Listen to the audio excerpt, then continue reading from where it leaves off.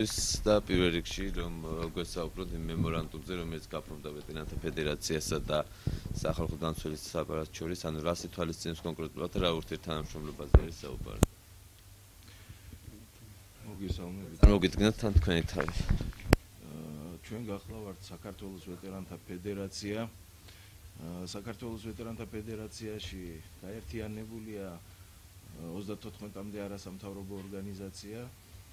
თავმჯდომარე გახლავთ ალექსი ნაკანი, მე გახლავართ პირველი მოადგილე თენგიზ ლომია, საგარეო საკითხების მიმართულებით მოადგილე გახლავთ მიხეილ გერგაული და იურიდიულ საკითხებში მოადგილე გახლავთ ბატონი გიორგი თევზაძე, რომელიც ვეტერანთა ფედერაციამ ამოვირჩიეთ, იქნა არჩეული ჩვენს ყრილობაზე და წარმოადგინეთ, ასე ვთქვათ, სახალხო დამცველთან, სადაც შესაბამისად გაფორმდა ერთი წლის მუშაობის შემდეგ გაფორმდა მემორანდუმი, რაც ითვალისწინებს ვეტერანთა ომბუდსმენის აღიარებას, ასე ვთქვათ, და იმ საკითხებზე, რომელზეც ჩვენ ისედაც წლების განმავლობაშია მუშაობთ, უკვე ახალი, ასე ვთქვათ, პლატფორმიდან მოვახერხებთ ვეტერანთა უფლებების დაცვას. ეს რაც შეეხება ბატონი გიორგი ტუღუშისა და ბატონი გიორგი თევზაძის შორის, ესე იგი სახალხო დამცველის აპარატსა და საქართველოს ვეტერანთა ფედერაციას შორის გაფორმებულ მემორანდუმს.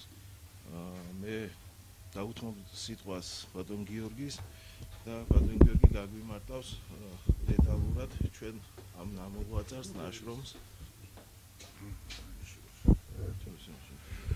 მოგესალმებით პირველ ყოვლისა, როგორც ბატონმა თანგობზანა, ნამდვილად ერთ წლის მუშაობის შემდეგ გაფორმდა შეთანხმება, ანუ ურთიერთთანამშრომლობის მემორანდუმი სახალხო დამცველთან, ბატონ გიორგი ტუღუშთან. აღნიშნული მემორანდუმი ითვალისწინებს ურთიერთთანამშრომლობას სხვადასხვა საკითხებში, ძირითადად ეს არის, რომ შეიქმნას პრევენციული ჯგუფები ფედერაციასა და სახალხო დამცველს აპარატს შორის, სადაც ეს იქნება თქვათ სოციალურ საკითხებთან დაკავშირებით, ეს იქნება თქვათ პატიმრებთან დაკავშირებით, ანუ ვეტერან პატიმრებთან დაკავშირებით, ეს იქნება სხვადასხვა თქვათ საკანონმდებლო დონეზე, სადაც ჩვენ შევიმუშავებთ ამათ წინადადებებს და ექსპერტიზების გადაუგზავნით ჩვენ სახალხო დამცველს და ისინი თავის მხრივ თავის შენიშვნებს და წინადადებებს დადებენ და აი ეს ყველაფერი რა თქმა უნდა მოქცეულია აი ამ მემორანდუმის თქვათ ფარგლებში. ამასთან ჩვენ მინდა გითხრათ, რომ ჩვენ ურთიერთთანამშრომლობა გვაქვს ნაყოფიერ თანამშრომლობას მსოფლიო ფედერაციასთან, ეს არის ვეტერანთა მსოფლიო ფედერაცია, რომელიც პირდაპირ მათი რეკომენდაცია იყო, რომ ესე იგი შექმნილიყო ასეთი ხელი მოეწერა ესეთი მემორანდუმს, ჩვენსა და სახალხო დამცველს შორის და ომბუდსმენის ინსტიტუტით ჩამოყალიბებული იყო. ჩვენ გავითვალისწინეთ რა საერთაშორისო ორგანიზაციის რეკომენდაციები, გამოცდილება და აქედან გამომდინარე ჩვენ რა თქმა უნდა ეს ნაბიჯი გადავდით. ამასთან ერთად მე მინდა გითხრათ, რომ თვითონ ეს უპრიანია ზუსტად ალბათ ერთი წლის შემდეგ, როდესაც მოხდა დარბევა გმირთა მოედანზე ვეტერანების, ამის ერთ წლის მერე შეიქმნა ზუსტად ეს ინსტიტუტი, რომელსაც ქვია ომბუდსმენი, ანუ ვეტერანთა ომბუდსმენი. რა თქმა უნდა, ახლა თქვენ შეგვეკითხებით ჩვენ რა შეფასებას მიცემთ თქვათ 2011 წლის 3 იანვარს დარბევისთან დაკავშირებით, რომელიც თქვათ მაშინ განახორციელდა არსებულმა ხელისუფლებამ. მე მინდა გითხრათ, რომ ეს იყო ყოველად ამარზენი ქმედება, რაც მაშინ ხელისუფლებამ განახორციელა და უფრო მეცაც გეტყვით.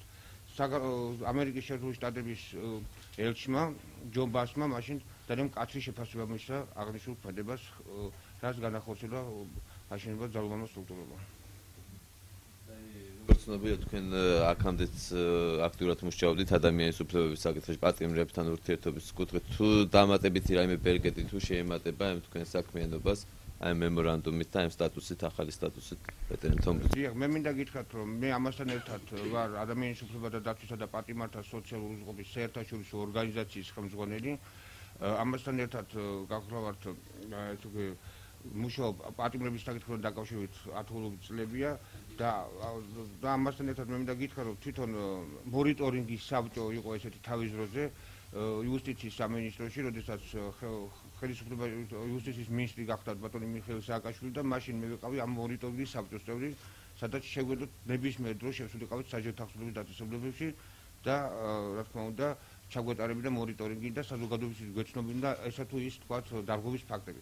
დღეს ასეთი რამ არ არსებობს, მაგრამ ჩემთვის ცნობილი გახდა, რომ საერთაშორისო საზოგადოების და საერთაშორისო ინსტიტუტის ზეწოლის შედეგად საქართველოს იუსტიციის სამინისტრომ შეიმუშავა, ესე იგი, კანონპროექტი, ეს არის პატიმართა და თავისუფლების საკვებთა დაწესებულებაში არასამთავრობო და საერთაშორისო ორგანიზაციების ეთიკის კოდექსი, რომელიც მოგვეცემა ჩვენ საშუალება არასამთავრობო სექტორს, რომ შევიდეთ და ჩავატაროთ მონიტორინგი.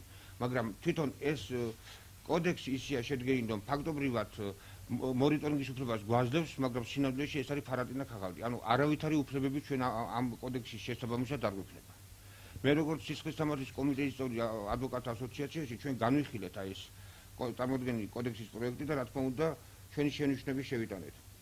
აქედან გამომდინარე მიმაჩნია რომ თუ ეს კოდექსი არ დაიხვეწა და რაღაც შენიშვნები არ შევა, ასეთ შემთხვევაში არავითარი უფლებები ჩვენ არასამთავრობო სექტორს არ გვექნება და რაც შეეხება როგორც ომბუდსმენთან დაკავშირებით ჩვენ გვექნება პროვინციული ჯგუფი ალბათ სახალხო დამცველთან, რომელიც საშუალებითაც მოგვეცემა საშუალება შევიდეთ და ჩავატაროთ მონიტორინგი სასჯელთა დახურვის დაწესებულებაში. ეს რამდენი წელი არსებობს ეს ფედერაცია და რა ღონისძიებები, მნიშვნელოვანი ღონისძიებები, რომელიც თქვენს მიერ არის გატარებული? თქვენ გითხრათ. საქართველოს ვეტერანთა ფედერაცია სულ არსებობს 1 წელია, მაგრამ მთელი მნიშვნელობა მისი იმაშია, რომ ორგანიზაციები, რომლებიც არიან გაწევრიანებული ამ ვეტერანთა ფედერაციაში, მათ აქვთ უზარმაზარი გამოცდილება წლების განმავლობაში. მაგალითისთვის მინდა გითხრათ, რომ მე ამავე დროს წარმოვადგენ აფხაზეთის მეომართა კავშირის თავმჯდომარეს.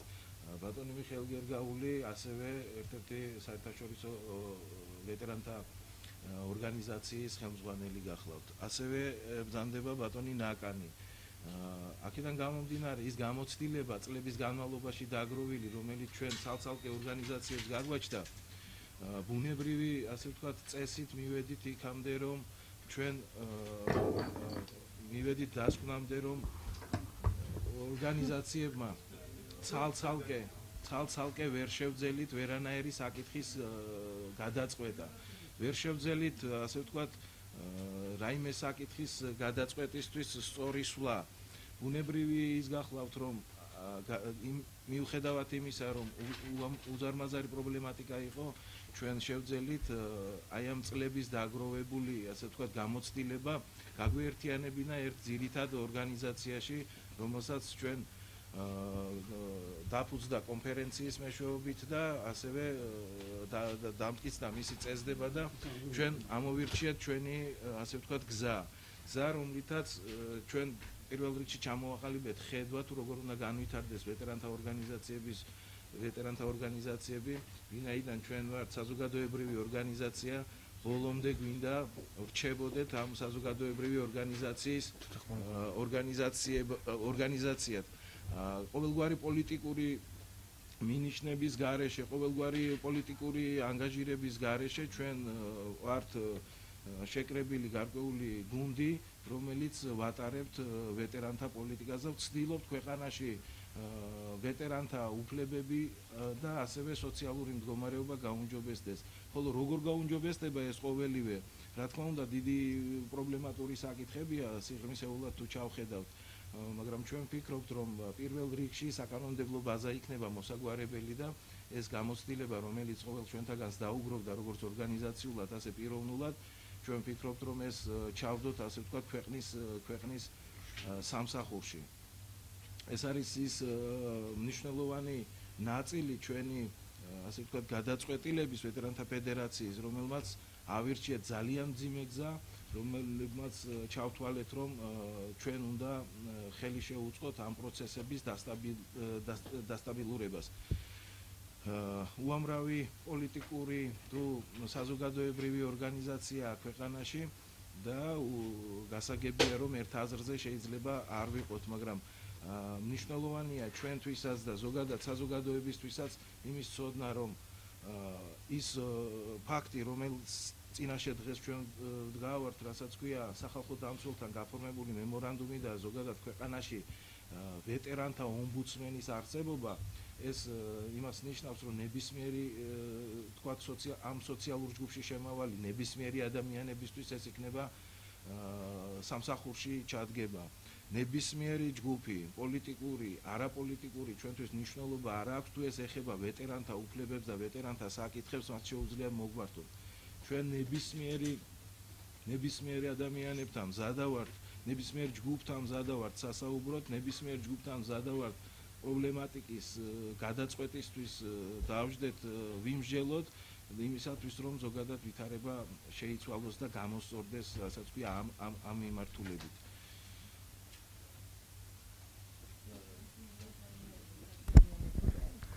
მე კიდევ ერთხელ გავიმეორებდი, ბატონო ალეკო, თქვენ ხო არ გაცემთ პასუხს?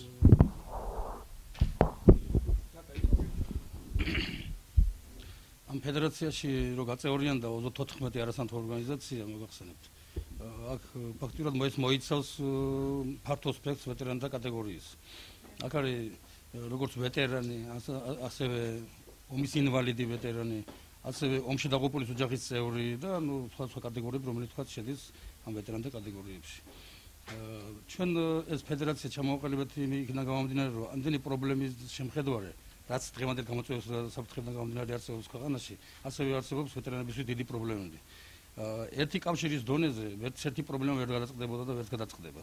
აქედან გამომდინარე, ჩვენ კონსულტაციები ქონდა სხვადასხვა კავშირებთან, ამ ვეტერანულ კავშირებთან და შეიკრიბა ეს ხალხი და იქ 34-ს ჩვენ ვასახელეთ, მაგრამ 34-ის გარდა კიდე არის კავშირები, რომელიც ფაქტიურად წევრად არ ემარ, ჩვენთან ერთად თანამშრომლობენ, ჩვენთან მუშაობენ ფაქტიურად.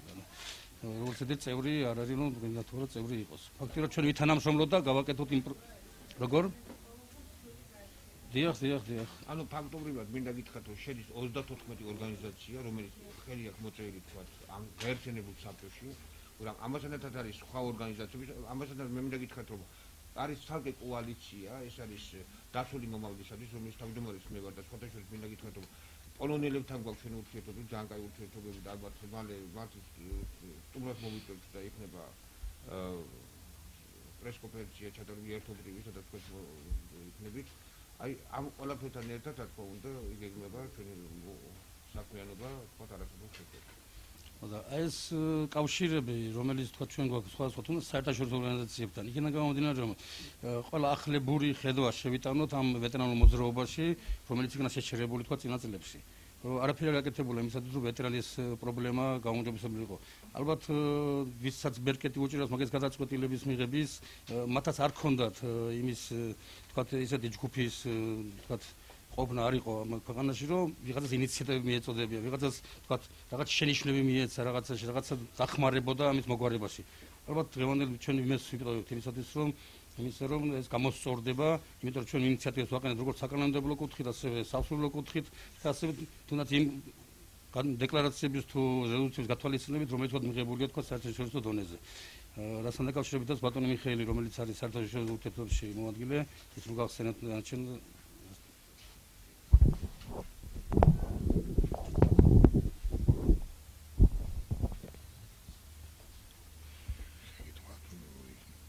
საერთაშორისო მიმართულებაზე თუ შეიძლება მომიხეილ კიდევ ერთხელ მოგესალმებით. მოგეხსენებათ საქართველო არ წარმოადგენდა გარკვეული წლების მანძილზე მსოფლიო ფედერაციის, მსოფლიო ვეტერანთა ფედერაციის გაერთიანების წევრად არ მოიხსენიებოდა. ეს შედგა 2009 წლის 19 ოქტომბერს კოპენჰაგენში გამართულ გენერალურ ასამბლეაზე, სადაც მონაწილეობას ღებულობდა 192 ორგანიზაცია, მათ შორის 96 ქვეყნიდან. ევროპის, აზიის, წყნარი ოკეანის აუზის, აფრიკის და ასე შემდეგ. რამ განაპირობა მსოფლიო ფედერაციაში და გაერთიანების წევრად ყოფნა? თანამედროვე ხედვამ, შეხედულებებმა და იმ სისტემის დანერგვამ საქართველოში, რაც უფრო განვითარებად ქვეყნებს ეხება. ახალი მიდგომა ვეტერანების საკითხისადმი, რომელიც ჩარჩოში მოიცავს საერთაშორისო კანონმდებლობებს და მათ ნორმატიულ აქტებს. ინიციატივების მიწოდება ორგანიზაციებამდე, რომელიც აქტიურად არიან ჩაბმული ვეტერანულ მოძრაობაში და საკითხების გადაწყვეტის მიღების იმ პროცედურებში და ბუნებრივია ეს არის ჩვენი მხრიდან სიამაყე, რომ საქართველო გახდა მსოფლიო ფედერაციის გაერთიანების წევრი. ცენტრალური და აღმოსავლეთ ევროპის ვეტერანთა მსოფლიო ფედერაცია.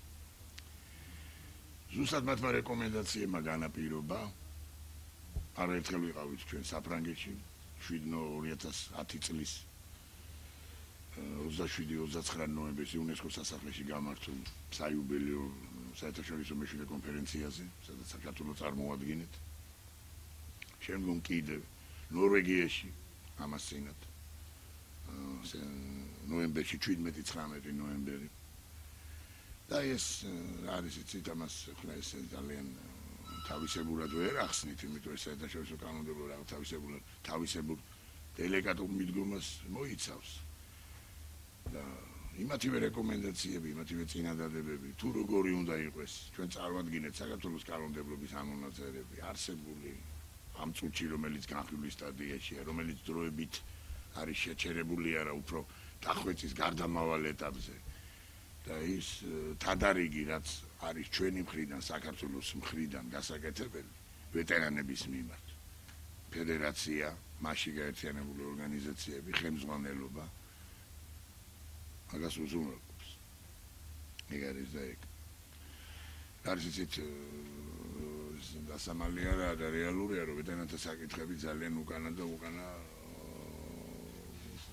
ფრთაზე იყო ყოველთვის გადატანილი. ეხლა მე შემიძლია ესე ღიად თქვა თქვენთან ჩემო მეგობრებო, რომ თვითონ საზოგადოება უნდა ჩაებათ ვეტერანის ღირსების ამაღლებასა და ემიჯის შექმნაში. მიხვდით, არ უნდა იყოს ეს რაღაც გაუფასოურებული რა, არ არის ეს ხომ ღირსება, ეს ხომ ძალიან თავისებური მიდგომა ჭირდება ამ კატეგორიას, ფაქიზი მიდგომა ჭირდება. ამიტომაც არის რომ შეიქმნა ომბუდსმენის ინსტიტუტი, გაერთიანებულია ის გუნდი, რომელიც განიხილავს, მუშაობს დღე და ღამე ამ საკითხებზე და შესაბამისი ძურები ამას დადებითი მოყვება.